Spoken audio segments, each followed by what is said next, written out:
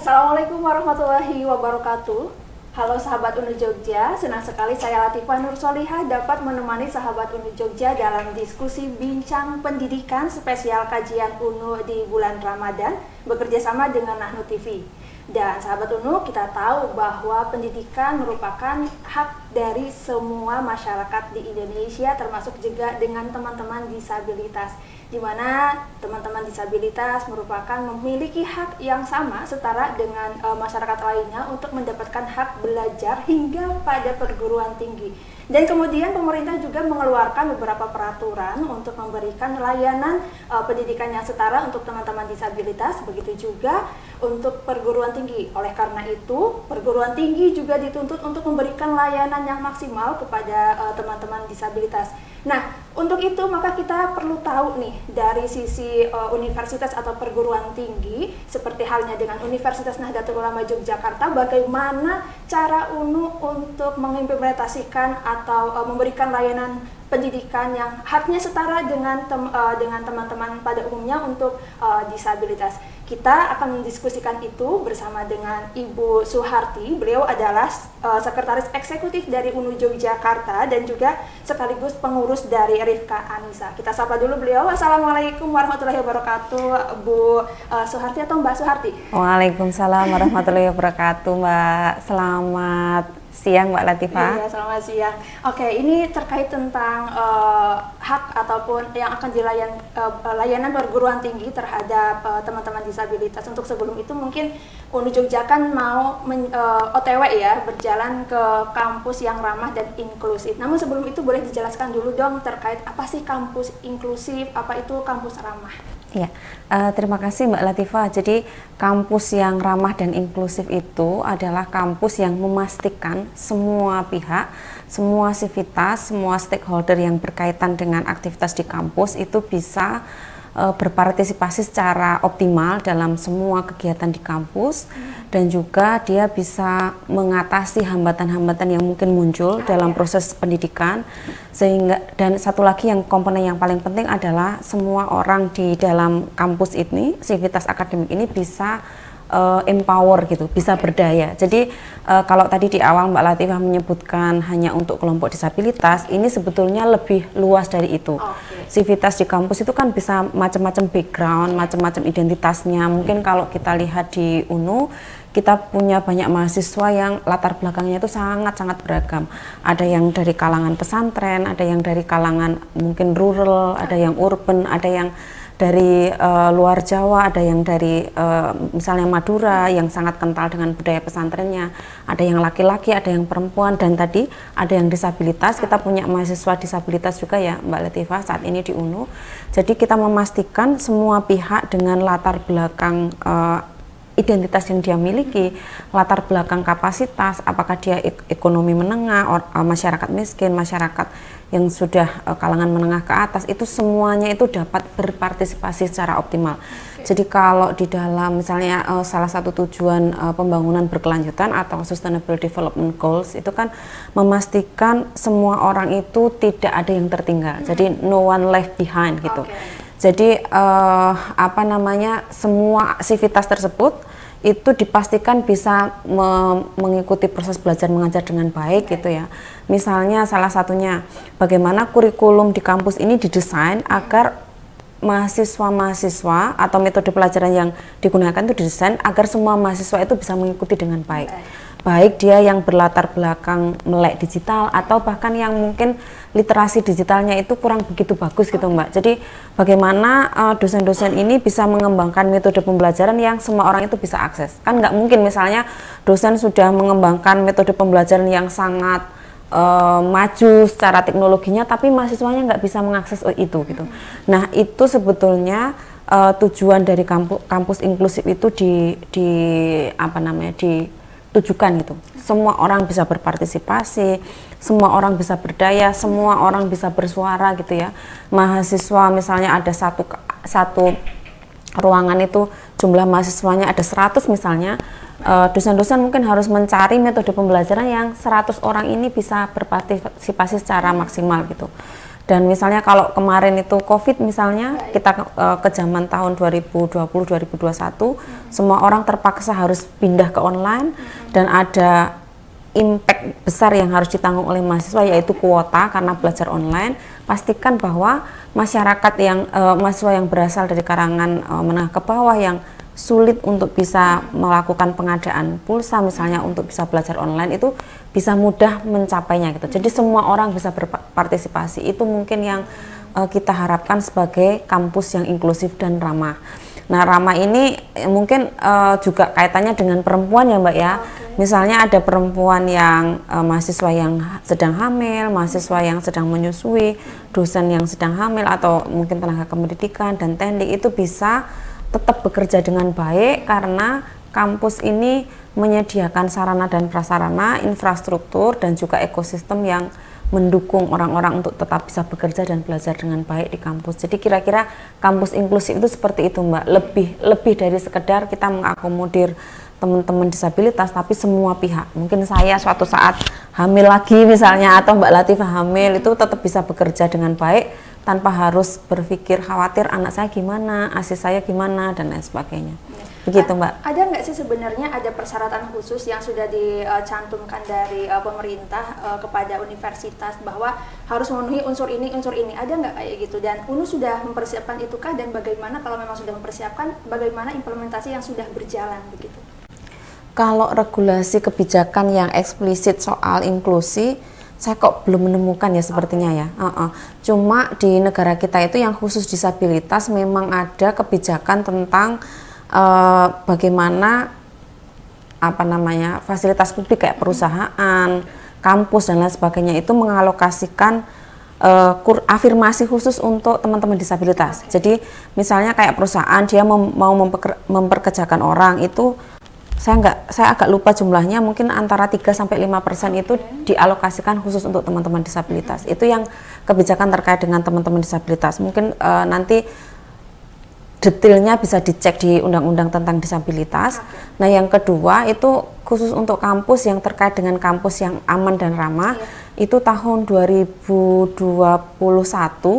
kebetulan Kementerian Pendidikan itu mengeluarkan peraturan Menteri Pendidikan tentang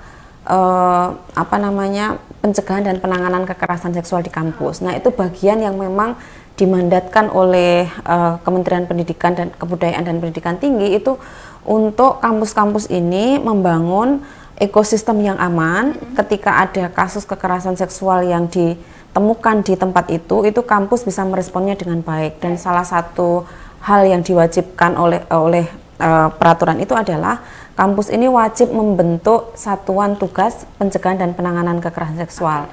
Nah, saat ini UNU alhamdulillah sudah menjadi satu dari sekian banyak kampus di DIY yang punya Satgas PPKS, dan saya sendiri kebetulan sebagai ketua Satgas PPKS Mbak.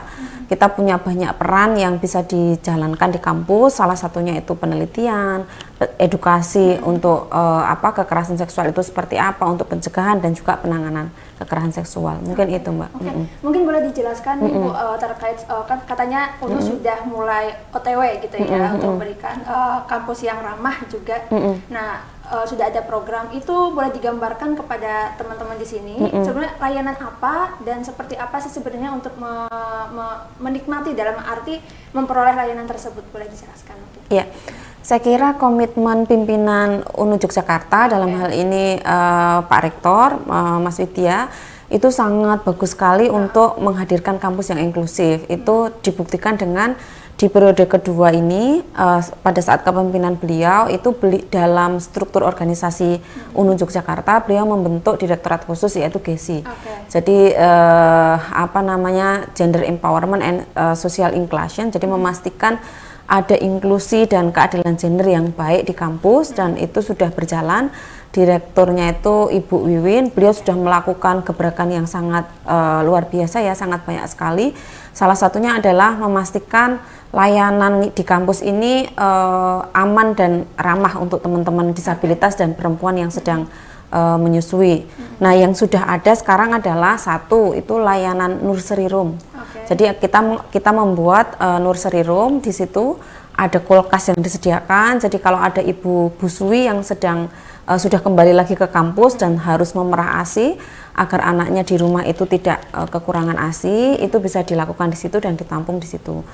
Terus yang kedua, adanya layanan pendampingan bagi mahasiswa yang disabilitas. Jadi ketika ada orientasi pertama kali masuk di kampus, itu Direktorat GESI ini sudah menyediakan volunteer yang di-training agar mereka itu mampu membantu para mahasiswa dengan disabilitas ini untuk bisa mengikuti pembelajaran di UNU dengan baik gitu. Ada beberapa volunteer yang sudah bekerja untuk mendampingi para mahasiswa ini, dan yang lain juga ada edukasi secara meluas di UNU. Pada saat orientasi mahasiswa baru tahun kemarin, itu GESI sudah Direktorat GESI sudah turut serta dalam menyampaikan edukasi tentang inklusi, tentang keadilan gender, tentang penghapusan kekerasan seksual itu untuk mahasiswa baru.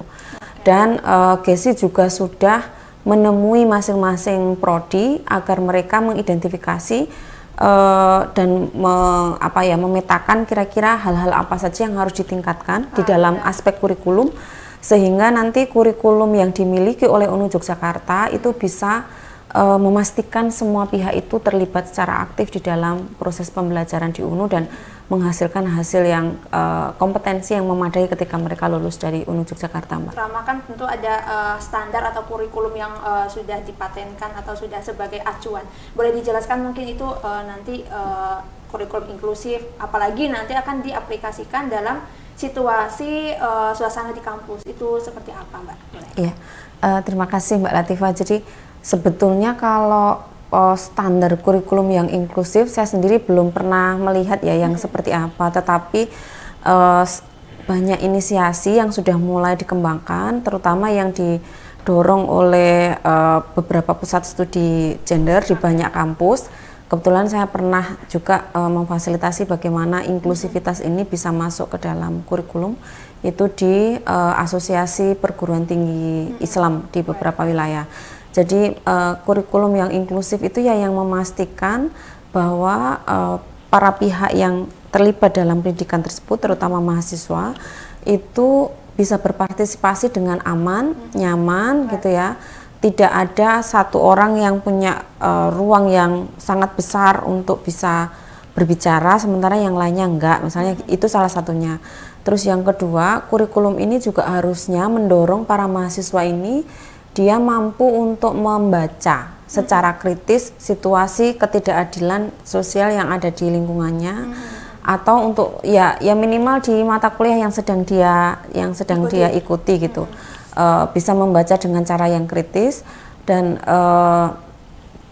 yang lain adalah bagaimana kemudian pada saat kurikulum ini dijalankan, proses belajar mengajar ini dilakukan, itu juga semua pihak itu saling mendukung satu dengan yang lain. Betul. Tidak ada stigma atau judgement terhadap satu orang dengan orang yang lainnya, sehingga situasi di dalam kampus itu menjadi tidak baik gitu.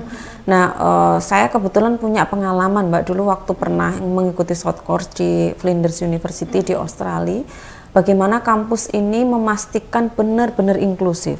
Dia melakukan assessment orang per orang gitu. Jadi assessment setiap mahasiswanya itu pengetahuannya sampai pengetahuan awal yang dia miliki terkait bidang keilmuan itu seperti apa, orang per orang.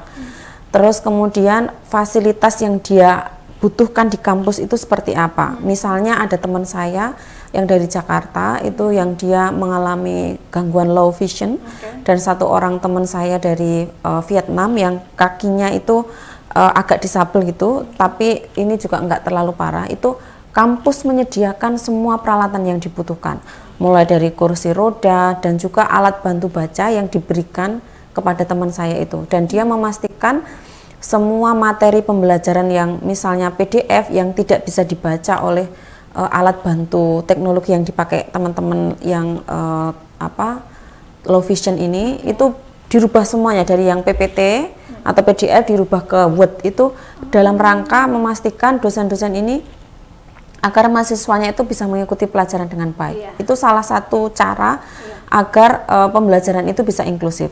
Yang lain adalah ketika kapasitas orang ini sangat beragam karena pengalaman yang berbeda, pengetahuan yang berbeda, ini cara pengajarannya di dalam kelas itu juga sangat memperhatikan asesmen awal yang dilakukan oleh para dosen. Saya kira hal ini memang mungkin agak ribet ya, tetapi jika itu dilakukan maka kita bisa mengamati pertumbuhan mahasiswa orang per orang ini dengan baik dari hari ke hari. Nah mungkin memang PR-nya ya, sekarang kan memang beban kinerja dosen itu cukup banyak termasuk dalam hal administrasi. Tapi saya kira kalau itu sudah menjadi perspektif semua sivitas, termasuk dosen, tenaga kependidikan, maka kita bisa saling sengkuyung ya Mbak ya, untuk menghadirkan pembelajaran yang memang benar-benar inklusif untuk semua pihak itu tadi. Apapun latar belakangnya gitu. Nah itu, dan di beberapa fakultas yang mungkin ilmunya ilmu sosial, inklusivitas itu juga bisa dihadirkan dengan inklusivitas dan perspektif keadilan gender itu bisa dihadirkan dengan menghadirkan misalnya studi kasus yang memang arahnya itu ke sana gitu. Misalnya kita sedang ngomong misalnya riset aksi misalnya, dicari persoalan atau kasus-kasus yang memang kita bisa membedahnya dari banyak aspek, sehingga mahasiswa itu bisa mendapatkan insight, mendapatkan pembelajaran dengan baik dari pembelajaran berbasis masalah yang dia dapat, asal memang masalah yang dicarikan oleh pengajar ini bisa mewakili dan bisa menjadi jembatan agar dia belajar dengan baik tentang inklusivitas itu. Jadi inklusivitas itu seharusnya memang jadi mainstream gitu ya Mbak ya, jadi arus utama gitu. Dia kayak ya kita itu semua sivitas di UNU itu harusnya memang otomatis gitu. Oh kalau lihat yang anak disabilitas berarti kita harus menghadirkan alat-alat bantu yang membantu dia belajar dengan baik. Oh kalau ada anak perempuan yang mungkin di dalam konteks sosial kita, anak perempuan ini kan jarang dikasih panggung ya. Dia mungkin tidak berani bersuara, dia memilih diam di belakang.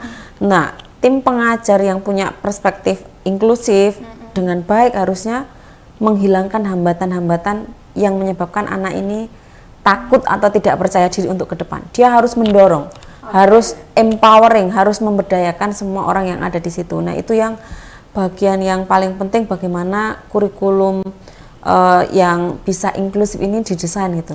Jadi dia mulai dari kontennya, terus kemudian substansi pembelajarannya ya, dan kemudian metode-metodenya, cara evaluasi pembelajarannya seperti apa, itu saya kira juga penting. Nah ini mungkin yang kita harus kunyah-kunyah nih, bagaimana sistem di negara kita itu membangun kurikulum itu yang lebih inklusif. Saya nggak tahu aturan yang baku sejauh ini seperti apa, tetapi meskipun nggak ada aturannya, saya kira kita bisa memulai ya, minimal dari diri kita sendiri, bagaimana cara pembelajaran kita, cara beraktivitas kita di kampus itu bisa inklusif untuk semua pihak gitu. Ini menarik banget ya untuk pembahasan kita.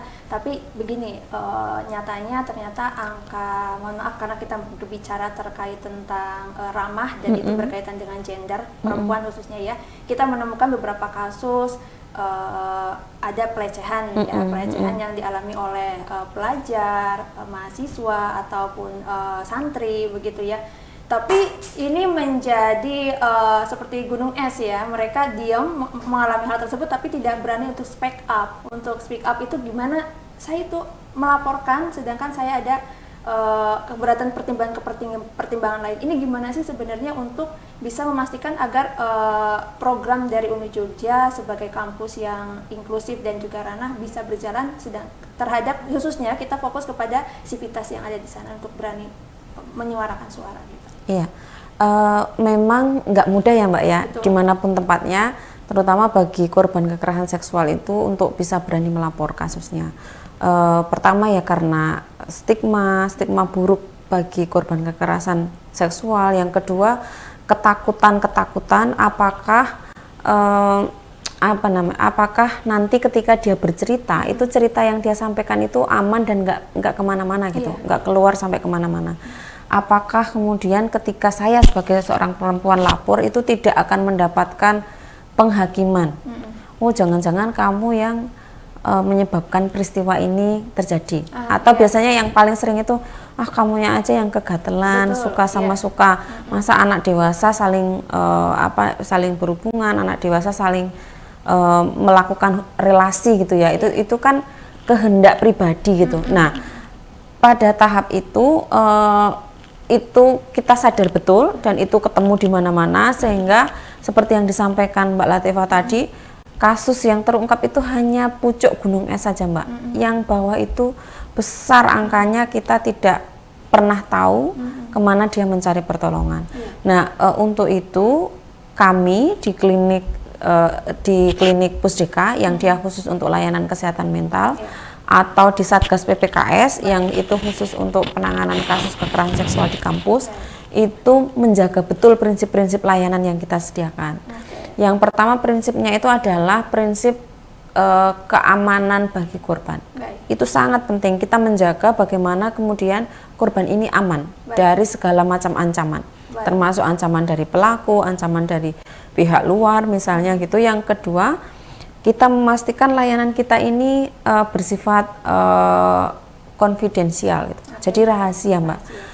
Informasi yang diberikan ke konselor itu hanya akan disimpan oleh konselor, dan mungkin pada tahap tertentu akan dibuka dengan pihak yang sangat terbatas yang memang mampu untuk membantu penyelesaian kasus ini. Misalnya kasus ini harus sampai ke ranah hukum, tentu kita harus cerita ke polisi, ke yang lain. Tetapi bahwasanya kasus ini akan di-keep dan pihak Sivitas yang lain nggak tahu, itu saya kira teman-teman di Sivitas Akademik UNU Yogyakarta terutama itu harus yakin bahwa itu akan terjaga gitu ya, Mbak ya. Dan yang lain mungkin selain dua hal itu juga kita memastikan bahwa ketika proses konseling itu dijalankan, itu empowering kepada korban atau pemberdayaan kepada korban itu akan dilakukan, pemulihan secara psikologis itu akan dijalankan juga agar dia bisa bangkit dari depresi mungkin, atau kecemasan, atau trauma yang dialami karena peristiwa tersebut. Dan yang pasti apapun pilihan yang akan dipilih oleh korban dalam hal ini untuk penyelesaian kasusnya itu akan kembali pada diri kita, ditentukan oleh kita. Tetapi untuk hal-hal yang berkaitan dengan unsur pidana kriminal itu tetap kita wajib melaporkan ya. Tapi kalau ada itu hanya delik aduan, belum sampai ke unsur pidana yang bisa kita laporkan ke polisi, pilihan penyelesaian kasus itu sepenuhnya ada di tangan korbannya gitu. Jadi kita memastikan korban memahami apa yang dia bisa konsekuensi apa yang bisa timbul kalau dia memilih A, memilih B, memilih C. Kita dorong dia bisa memikirkan masa-masa, memberdayakan dia, mencari support system dalam lingkungan dia, apakah keluarga, teman terdekat, apakah dosen dan lain sebagainya. Dan pilihan terakhir itu tetap ada di tangan dia.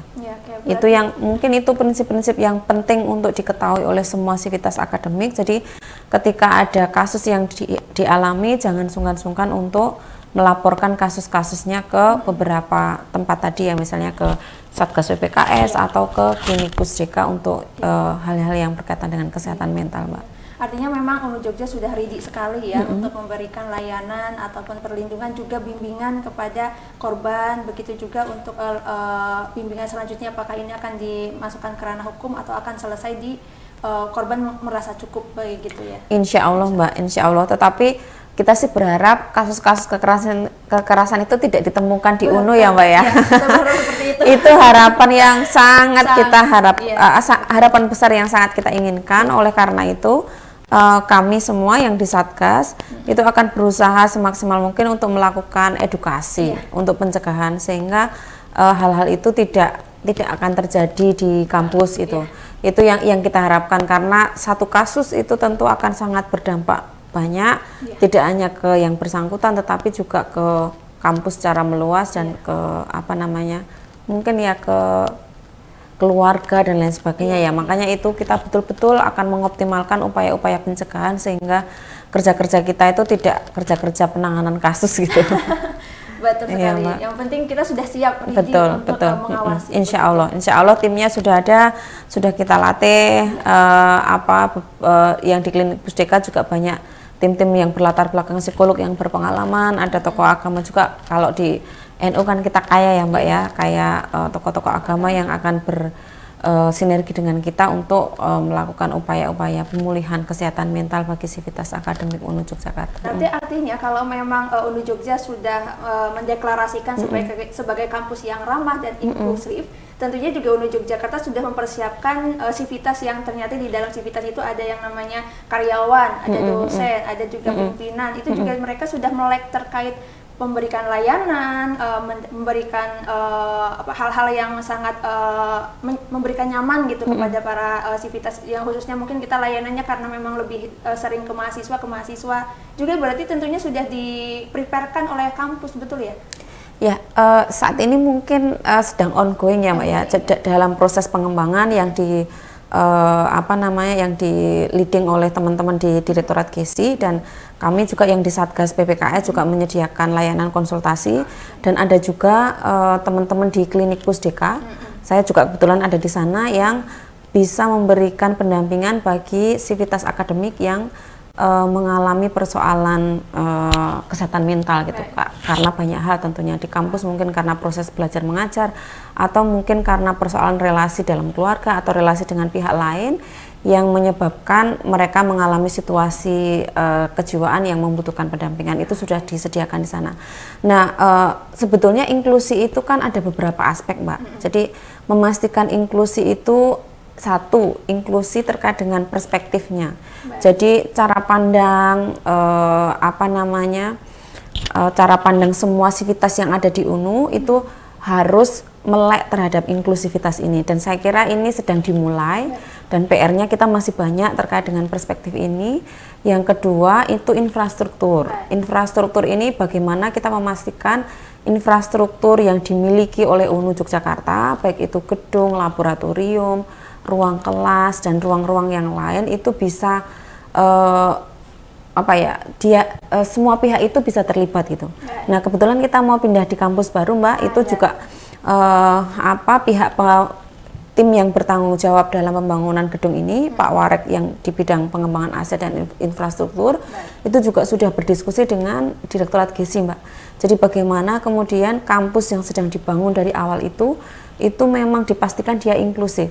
Dia memudahkan semua pihak itu untuk bisa menjangkau kampus itu dengan baik gitu ya, baik disabilitas, lansia mungkin, atau teman-teman lain yang mungkin memiliki kendala untuk bisa mengakses gedung dengan bangunan yang sangat tinggi. Nah, itu sudah dalam diskusi sudah awal tahun lalu, dan ini kan gedung hampir jadi, saya kira semua sudah diakomodir dalam proses pembangunan sebelumnya. Jadi ada perspektif, ada infrastruktur, dan yang lainnya itu ada soal pengetahuan atau informasi. Bagaimana informasi-informasi layanan yang kita sediakan itu, misalnya kayak Satgas PPKS, pendampingan bagi anak-anak yang disabilitas, terus kemudian klinik Pusdeka, itu informasinya bisa tersebar dengan luas dan mudah diakses oleh siapapun. Jadi sivitas itu tahu, oh ternyata UNU punya fasilitas A, punya fasilitas B, punya fasilitas C. Jadi tiga aspek ini sangat penting ya Mbak, infrastruktur atau yang terkait dengan fisik, perspektif, sama satu lagi terkait dengan informasi yang harus disediakan secara meluas kepada semua sivitas akademik dan mungkin juga bagi masyarakat yang nanti akan berhubungan banyak dengan UNU Yogyakarta, Mbak. Baik, oke. Mungkin terakhir closing statementnya nih terkait tentang UNU Yogyakarta sebagai kampus inklusif juga ramah, boleh disampaikan? Iya, kita sebagai kampus baru ya, hitungannya baru ya Mbak ya, baru 6 tahun. Ini sudah memulai dengan langkah-langkah yang maju, dan mudah-mudahan ke depan bisa terus ditingkatkan, dan UNU bisa menjadi salah satu percontohan minimal bagi kampus-kampus yang di bawah naungan PTNU ya, yang PBNU ya, itu minimal itu dulu. Syukur-syukur nanti kita bisa membuat lompatan yang besar sehingga kampus ini bisa dipandang memiliki memiliki added value karena kita mendeklar diri kita sebagai kampus yang inklusif bagi semua pihak gitu. Jadi semua orang bisa masuk gitu ya. Kita kan sekarang juga sudah menerima mahasiswa yang non muslim sepertinya. Jadi itu menunjukkan bahwa meskipun kita kampus yang bernafaskan Islam, tapi kita terbuka bagi siapa saja dan inklusif bagi kalangan manapun yang memang pengen berjejaring dan bekerja sama dengan UNU, dan khususnya bagi masyarakat luas yang mau menjadi mahasiswa di UNU Yogyakarta. Baik. Begitu, Mbak. Ya, luar biasa sekali teman-teman untuk penjelasan dari Ibu Soehardi terkait kampus inklusif dan ramah. Dan tentunya ini menarik sekali untuk teman-teman yang sedang mencari universitas yang bisa mengcover atau memenuhi mungkin teman-teman yang sedang butuh tempat inklusif atau kampus inklusif bisa join di UNU Yogyakarta. Dan bagaimanapun mari kita bergabung di UNU Yogyakarta untuk bersama-sama membangun bangsa untuk kemajuan pendidikan di Indonesia yang lebih lanjut. Dan kita ucapkan terima kasih banyak sekali kepada Ibu Soehardi yang sudah memberikan insight yang menarik banget. Dan itu dia teman-teman bisa lanjut mengikuti acara kami Bincang Pendidikan spesial untuk kajian UNU di bulan Ramadan di setiap Ramadan sore hari, dan nanti bisa ditonton di YouTube Nahnu TV. Dan itu dia teman-teman, kita pamit undur diri. Wassalamualaikum warahmatullahi wabarakatuh.